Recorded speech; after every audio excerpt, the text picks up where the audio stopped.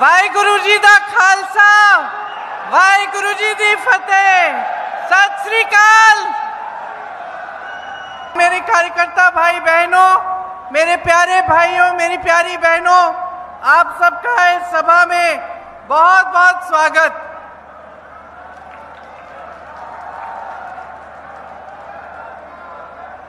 ये आज मैं गुरु नानक देव जी की धरती पे खड़ी हूँ, गुरु गोविंद सिंह जी की धरती पे खड़ी हूँ। गुरुओं की धरती है, पवित्र धरती है मेरे लिए, शहीदों की धरती भी है और मैं शहीद की बेटी हूँ, शहीद की पोती भी हूँ। यहाँ खड़े होकर आपको संबोधित करते हुए मुझे बहुत गर्व है इस धरती पर, हमारे अपने देश पर और आप सब पर, जो इतने महान गुरुओं, संतों और इतने महान शहीदों के बेटे बेटियां हैं। देखिए, चुनाव का मौका है, आपके सामने जितने भी नेता आते हैं चुनाव के बारे में आपसे चर्चा करते हैं। मैं भी इसी संदर्भ में आई हूं, लेकिन मैं कुछ ऐसी बातें भी करना चाहती हूं जो थोड़ी चुनाव से आगे, थोड़ी गहरी बातें हैं, जो मैं चाहती हूं कि आप सब गहराई से समझें। मैं जानती हूं कि ये किसानों का प्रदेश है, किसानों की धरती है। किसानों ने ही हमारे देश को बनाया। आपकी मेहनत, आपके खून पसीने ने ही इस देश की धरती को सींचा है, हमें आत्मनिर्भर बनाया है। और हमारी राजनीति में स्वतंत्रता आंदोलन से पहले से भी हमेशा एक परंपरा रही है, किसानों के आदर करने की परंपरा, जिसमें हर नेता, चाहे किसी भी पार्टी का होता था, समझता था कि हमारा देश किसानों का देश है। जो सरहद पे हमारी रक्षा करते हैं वो भी किसान के बेटे हैं, जो हमारे पेट भरते हैं, हमारे अन्नदाता है, वो किसान हैं। जिन्होंने इस धरती को सींचा है वो किसान है। और क्योंकि ये बात समझते थे तो हमारी राजनीति में हमेशा, हमारी विचारधारा में हमेशा ये एक सच्चा गहरा आदर रहा देश के किसानों के लिए, आप सब के लिए। लेकिन पिछले 10 सालों से जो सरकार केंद्र में चल रही है, मोदी जी की जो सरकार है, उसमें हमने देखा कि ये जो किसानों की बात करते हैं, आपके सम्मान, आपकी आदर की बात करते हैं, वो सिर्फ मुंह बोली बातें हैं। अंदर से, गहराई से आपके प्रति ना आदर है, ना सम्मान है, ना आपके लिए नीतियां बन रही हैं। 10 सालों से आप देख रहे हैं कि खेती और किसानी से कमाना मुश्किल हो गया है। कोई सुविधा नहीं मिलती सरकार से, पेट्रोल डीजल महंगा हो गया है, जीएसटी से सारी जो जितनी भी खेती की चीजें हैं सब जीएसटी से लदी हुई हैं, महंगी हो गई हैं। खाद भी समय पे नहीं मिलता, एमएसपी इन्होंने बोला था कि देंगे, एमएसपी भी नहीं मिलता। इस बीच ये कुछ सालों पहले जब 3 कानून लाए, जिनको आप काले कानून कहते हैं, तो आपने आंदोलन किया। पूरे देश ने देखा कि देश का किसान एकजुट होकर दिल्ली तक आया है। आप दिल्ली में बैठे रहे, सर्दी झेली, सरकार ने बिजली काटी, पानी काटा, कांटे बिछा दिए आपके सामने, आप झुके नहीं, आप बैठे रहे, संघर्ष करते रहे। आप में से 600-700 किसान शहीद हुए, लेकिन मोदी जी ने पलकें नहीं झपकाई। बाहर नहीं आए, आपका आंदोलन चलता रहा, आप संघर्ष करते रहे। जब उत्तर प्रदेश का चुनाव आ रहा था, जब वोटों का समय आया, तब मोदी जी पीछे हटे। जब तक आप शहीद हो रहे थे, जब तक आप आंदोलन कर रहे थे, तब तक आपको देशद्रोही का दर्जा दिया, आपको आतंकवादी कहा, आपसे मिलने नहीं आए, आपकी सुनवाई नहीं की, ये सोचा तक नहीं कि इस देश के लाखों किसान मेरे दरवाजे तक आए हैं। कुछ तो होगा इनकी बात में, होगी इनकी बात, कुछ तो सुनवाई होनी चाहिए, ये सोचा तक नहीं, आपको बुलाया तक नहीं अपने दरवाजे तक, आपको दिल्ली के अंदर आने नहीं दिया। ये सच्चाई है सरकार की कि चुनावी मंच पर आकर आपको बड़ी बड़ी बातें बताएंगे, कह देंगे कि एमएसपी मिलेगा आपको, कह देंगे कि आपकी आमदनी दुगनी हो जाएगी, लेकिन सच्चाई ये है कि आपका इतना भी आदर नहीं है। सच्चाई ये है कि भाजपा के नेताओं को पंजाब का जज्बा समझ में ही नहीं आता।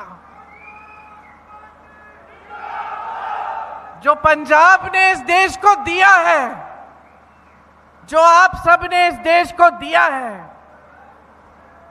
सिर्फ खेती किसानी से नहीं, अपनी शहादत से, अपनी वीरता से, अपनी शौर्यता से, ये इनकी समझ से बाहर है।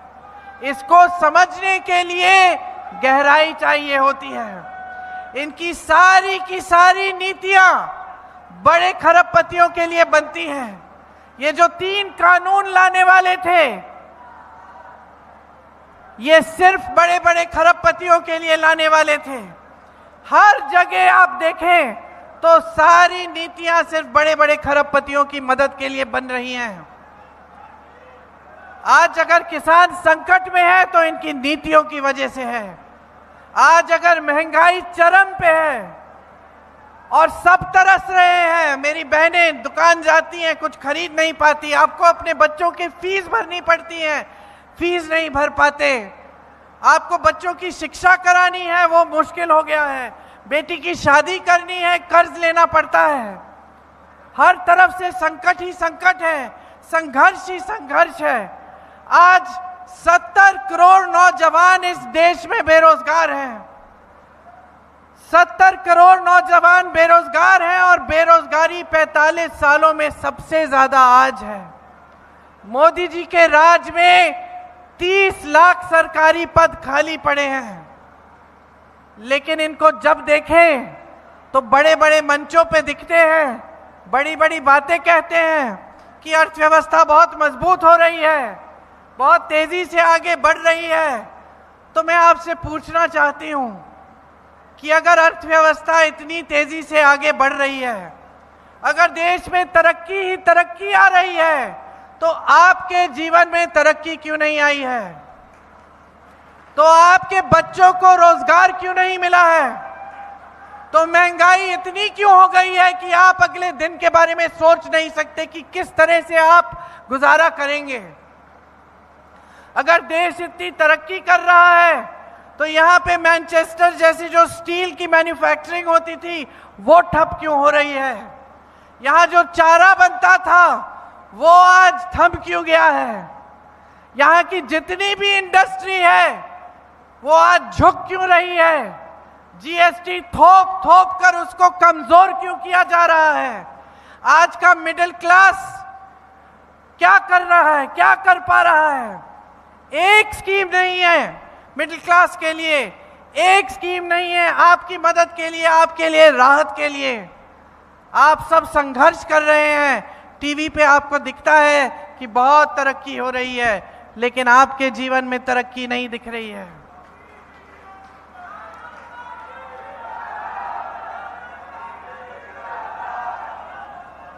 आपने मीडिया की बात की, आपने मीडिया की बात की, आपने खुद देखा कि किसान आंदोलन में मीडिया का रोल क्या रहा। अगर मोदी जी ने किसानों को देशद्रोही और आतंकवादी का दर्जा दिया तो पूरे देश की जो गोदी मीडिया, जिसको आप गोदी मीडिया कहते हैं, जो बड़े बड़े खरबपतियों की मीडिया है, पूरे देश की मीडिया ने यही दिखाया, पूरे देश को यही दिखाया। आपके जो संघर्ष थे, आपके जो आंसू थे, आपका खून किसी को नहीं दिखाया। जब उत्तर प्रदेश में 6 किसानों को कुचल डाला एक मंत्री के बेटे ने अपनी जीप के नीचे, तो इसी मीडिया ने ये कहा कि ये जो किसान थे वो उपद्रवी थे, जबकि शांति से आंदोलन कर रहे थे। मैं जब लखीमपुर खीरी गई तो मुझे गिरफ्तार किया, लेकिन उस मंत्री के बेटे को गिरफ्तार नहीं किया। मैं तो परिवार के सदस्यों से मिलने गई थी। उसने तो 6 किसानों को कुचला था अपनी जीप के नीचे। आज भी उसके पिताजी चुनाव लड़ रहे हैं, भाजपा ने टिकट दिया है उत्तर प्रदेश में। यही है आदर आपकी शहादत का। तो आप पूरे देश में देख रहे हैं कि पब्लिक का कोई आदर नहीं है। इन्होंने पब्लिक को इस तरह से निरादर किया है कि चुनावी मंच पर आकर आपकी समस्याओं की बात भी नहीं करते। ये नहीं बताते कि महंगाई को कम करने के लिए क्या कर रहे हैं, ये नहीं बताते कि बेरोजगारी को कम करने के लिए क्या करने जा रहे हैं, ये नहीं बताते कि आज महिलाएं पंजाब में असुरक्षित क्यों हैं, ये नहीं बताते कि ये जो ड्रग्स और नशा का प्रॉब्लम है ये इतना बढ़ क्यों गया है पंजाब में, इन्होंने क्यों कुछ इसको रोकने के लिए कुछ नहीं किया। कोई आपकी बात नहीं कर रहा है। आज जनता की बात सिर्फ कांग्रेस पार्टी कर रही है। सिर्फ कांग्रेस पार्टी आपके सामने आकर कहती है कि हम समझते हैं कि आपके साथ कितना अन्याय हुआ है। सिर्फ कांग्रेस पार्टी में एक नेता है राहुल गांधी, जो कन्याकुमारी से कश्मीर तक पैदल चला 4000 किलोमीटर और मणिपुर से मुंबई तक यात्रा की 4000 और किलोमीटर, सिर्फ आपकी समस्याओं को सुनने के लिए और ये समझने के लिए कि कहां कहां अन्याय हुआ है और इस अन्याय को हम दुरुस्त कैसे कर सकते हैं।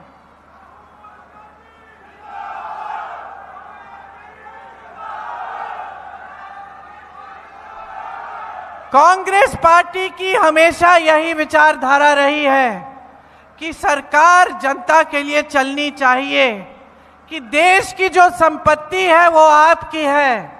आपके लिए ऐसी प्रोग्राम, ऐसी योजनाएं बननी चाहिए जिससे आप इन चीजों का सामना, अपनी समस्याओं का सामना कर पाएं। यही हमेशा हमारी विचारधारा रही है। इसीलिए इंदिरा जी हरित क्रांति लाई और आप सबकी सहायता से यह देश आत्मनिर्भर बना। आज मोदी जी दशकों बाद आत्मनिर्भरता की बात करते हैं, लेकिन आत्मनिर्भर बनाने का काम इन्होंने सिर्फ अपने बड़े खरबपति मित्रों के लिए किया है।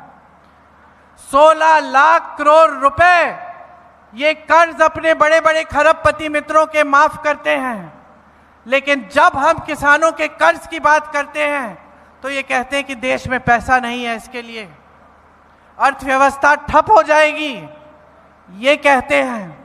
कांग्रेस पार्टी ने जहां जहां हमारी प्रदेश की सरकार थी वहां हमने कर्ज माफ करना शुरू किया। हमने छत्तीसगढ़ में किया, हमने राजस्थान में किया, हमने मध्य प्रदेश में किया। जब जब हम आपके लिए राहत लाने की बात करते हैं ये कहते हैं कि हो ही नहीं सकता, अर्थव्यवस्था ठप हो जाएगी। ये कैसी बातें हैं? अगर आपके पास अपने खरबपति मित्रों को देने के लिए पैसे हैं तो इस देश के किसानों के लिए पैसे क्यों नहीं हैं? तो इस देश की महिलाओं की मदद के लिए स्कीमें क्यों नहीं हैं? कांग्रेस की विचारधारा रही है कि आपकी संपत्ति वापस आपकी जेब में जानी चाहिए। इसीलिए इस चुनाव में भी हम सिर्फ और सिर्फ आपकी बातें कर रहे हैं। हम कुछ गारंटी लाए हैं, उन गारंटी से हम ये तय कर रहे हैं कि जो आपका पैसा है, इस देश का जो पैसा है वो वापस आपके हाथों में जाएगा।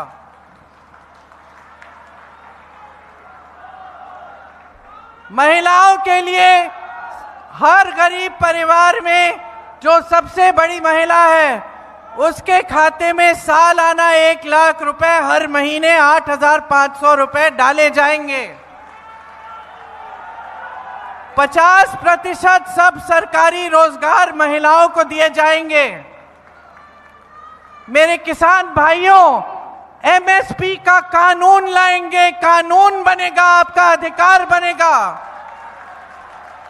आपका जब ये अधिकार बनेगा तो चाहे कोई सरकार आए, मोदी जी की सरकार आए, योगी जी की सरकार आए, आपका कानूनी अधिकार होगा। कोई पीछे हट नहीं पाएगा, आपको देना ही पड़ेगा। हम गारंटी देते हैं कि जब आपके खेतों में नुकसान होगा तो 1 महीने के अंदर अंदर आपको पूरा भुगतान दिया जाएगा। हम गारंटी देते हैं कि जो खेती के सारे सामान हैं उन पे से हम जीएसटी हटा देंगे। श्रमिकों के लिए हमारी गारंटी है कि 400 रुपए से कम देश भर में कोई आपको मजदूरी नहीं दे पाएगा। आपकी दिहाड़ी 400 रुपए से ज्यादा होनी पड़ेगी। ये कानून लाएंगे।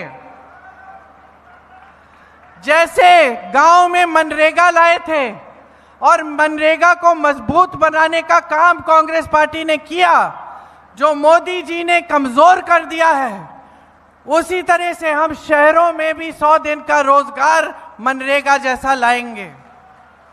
और जो ग्रामीण मनरेगा है हम उसको मजबूत बनाएंगे। हर परिवार के लिए 25 लाख का हम स्वास्थ्य बीमा लाएंगे। राजस्थान में हमने करके दिखाया। राजस्थान में आप हार्ट का ऑपरेशन, ब्रेन की सर्जरी, कैंसर का इलाज कर सकते थे, आपको 1 पैसा नहीं देना पड़ता। जब कांग्रेस की सरकार थी 25 लाख का स्वास्थ्य बीमा हमने लागू किया। अब हम पूरे देश में करना चाहते हैं ताकि जब आपको जरूरत पड़े आपका इलाज मुफ्त में हो पाए। जो महिलाओं की बात की, कर्नाटका और तेलंगाना में महिलाओं को आज भी कांग्रेस की सरकार 2-2 हजार रुपए हर महीने खातों में दे रही है। नौजवानों के लिए हम गारंटी देते हैं कि जो पहली नौकरी है वो आपको एक अप्रेंटिसशिप के तौर पर मिलेगी, ताकि आप अपना हुनर बना पाए, और 1 लाख रुपए आपको सालाना उसके लिए भी मिलेंगे। जो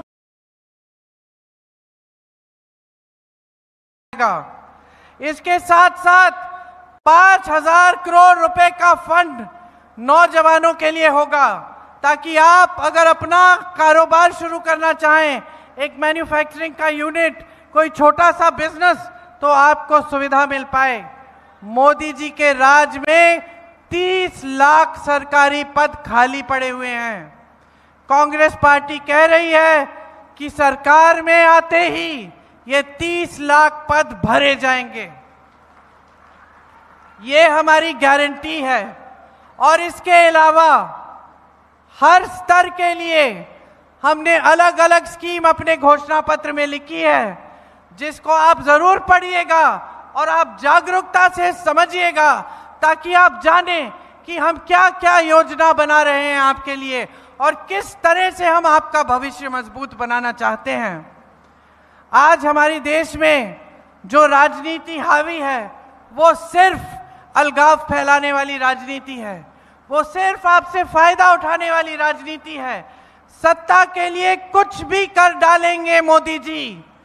और ये बहुत स्पष्ट हो गया था जब किसानों का आंदोलन चला था कि आपके हर संघर्ष को नहीं पहचाना, लेकिन जैसे ही चुनाव आने लगा, चुनाव की घबराहट से वोटों के लिए उन्होंने वो काले कानून हटा दिए। इसी तरह से उनकी सारी की सारी नीतियां, जो भी वो कहते हैं, जितने भी वो झूठ आपके सामने रखते हैं, जितने खोखले वादे करते हैं, जितनी हल्की बातें करते हैं, सब सिर्फ सत्ता लेने के लिए है। किसी भी तरह से सत्ता हासिल करनी है और सत्ता को हाथों में रखना है। चाहे आपकी चुनी हुई सरकारों को धन बल के आधार पर गिरा देना हो। आपने हिमाचल में देखा क्या किया, महाराष्ट्र में देखा, खुलेआम विधायकों को 100-100 करोड़ पकड़ा के चलिए आ जाइए भाजपा में। भ्रष्टाचार की बातें करते हैं, खुलेआम इन्होंने इलेक्टोरल बॉन्ड की स्कीम बनाई जिसमें ऐसे ऐसे लोगों से चंदा लिया कि आप हैरान हो जाएंगे। गुजरात में एक पुल बना जो गिर गया, सैकड़ों लोग बह गए पानी में, उस कंपनी से चंदा लिया। जिसने हम सबको वैक्सीन लगाया, उस कंपनी से 52 करोड़ चंदा लिया। आज हम सब परेशानी में हैं कि क्या वैक्सीन थी। सारी रिपोर्ट आ रही है कि उस वैक्सीन से लोग अचानक गिर के मर भी गए। उन्होंने चंदा ऐसे लोगों से लिया जिन पे छापे लगाए थे, अपनी एजेंसियां ईडी, सीबीआई, इनकम टैक्स का इस्तेमाल करके छापा मारा, चंदा लिया, छापे बंद हो गए। जो इनकी खिलाफत करता है, जो इनके खिलाफ आवाज उठाता है, आपने यहां देखा आपका जो अजीत अखबार है उसके साथ भी क्या हुआ। तो बहनों और भाइयों, जब इस तरह की सरकार 10 सालों से चलती है जो सिर्फ जनता को नकारने का काम करती है और जनता को गुमराह करके सत्ता लेने का काम करती है, तो जनता को सावधान होने का समय आ गया है। आपको सावधान होना पड़ेगा, आपको समझना पड़ेगा कि केंद्र में क्या हो रहा है और आपके प्रदेश में क्या हो रहा है और किस तरह से आपको हर स्तर पर गुमराह किया जा रहा है। आपके लिए जो काम करने वाला है, जो सच्चा नेता है, जिसने हमेशा आपके लिए संसद में आवाज उठाई है, जो सालों से किसानों के पक्ष में, जनता के पक्ष में आवाज उठाते हैं, संसद में सवाल उठाते हैं, जवाब मांगते हैं आपके लिए, आपके आंदोलन में आपकी मदद करते हैं, आपके साथ शामिल होते हैं, उन्हें पहचानिए। जो सच्ची राजनीति है, जो आपकी भलाई चाहती है, उसको पहचानिए। और इस बार जब आप वोट डालने जाएंगे तो पूरी सोच समझ के अपना वोट डालिए। ये वोट सिर्फ आपके लिए नहीं है, सिर्फ आपके बच्चों के भविष्य को बनाने के लिए नहीं है, ये पंजाब के लिए भी है, ये आपके कौम के लिए भी है, ये हमारे देश के लिए भी है। आज इन लोगों का अहंकार इतना बढ़ गया है कि अपने आप को ये बड़े बड़े गुरुओं के साथ अब अपनी तुलना करने लगे हैं। अहंकार इतना बढ़ गया है कि ये जनता के सामने आकर कहते हैं हम संविधान बदल डालेंगे, हम आपके अधिकारों और आरक्षणों को कमजोर करेंगे। तो इनके अहंकार को अब जगह दिखाने का समय आ गया है। चुनाव के दिन जब आप वोट डालने जाएंगे तो याद रखिए कि आपका जीवन संघर्ष क्या है, कि महंगाई से आप जूझ रहे हैं, कि खेती किसानी से आप कमा नहीं पा रहे हैं, कि कर्ज में इस देश का किसान डूब रहा है, कि इनका कोई भरोसा नहीं है मोदी जी का कि कल कैसे कानून लाएंगे जिससे सिर्फ इनके खरबपति मित्रों का फायदा होगा। आप सोचिए, जो कानून लाने जा रहे थे उनसे आपका कितना नुकसान होता। आपकी जमीन अगर छीनी जाती तो आप मुकदमा भी नहीं लगा पाते। आज हिमाचल के किसानों के साथ देखिए क्या किया है इन्होंने। सेब उगाते थे, देश भर में सेब जाता था, अडानी जी को सारे कोल्ड स्टोरेज पकड़ा दिए। ये काफी नहीं था कि देश के सारे बंदरगाह, सारे हवाई अड्डे, सारी बड़ी बड़ी कंपनियां, सारे कोयले के खदान, पावर, बिजली सब कुछ दे दिया। देश के सारे कोल्ड स्टोरेज भी इनको दे चुके हैं। हिमाचल में सारे कोल्ड स्टोरेज आज इनके हैं। सेब का दाम अडानी जी तय करते हैं, सेब कब बिकेगा अडानी जी तय करते हैं। और ऊपर से मोदी जी की नीतियों ने अमेरिका से जो सेब आता है उस पे टैक्स कम कर दी और हमारे किसानों पर जीएसटी पे जीएसटी लाद दी। आज ग्राहक दुकान जाता है, अमेरिकन सेब सस्ता मिल रहा है, हमारा सेब, हिमाचल का सेब महंगा मिल रहा है। ये परिस्थिति सिर्फ हिमाचल की नहीं है, ये परिस्थिति देश के हर किसान की बना देंगे। इनका भरोसा नहीं कर सकते। आज कानून बदलेंगे, कल संविधान बदलेंगे, परसों आरक्षण बदल डालेंगे। आप सबको सतर्क होना पड़ेगा। ये चुनाव संविधान को, लोकतंत्र को बचाने का चुनाव है। अपने वोट का इस्तेमाल एक हथियार की तरह करिए। वो हथियार जो इस देश की सुरक्षा के लिए उठता है, जो इस देश की रक्षा के लिए उठता है, वही है ये वोट। जब आप वोट डालने जाएंगे तो अमर सिंह जी को भारी से भारी बहुमत से जिताइए, कांग्रेस पार्टी को जिताइए।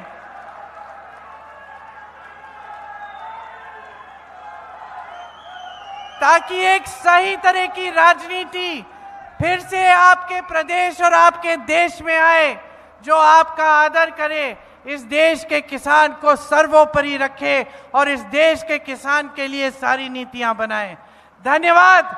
जय हिंद।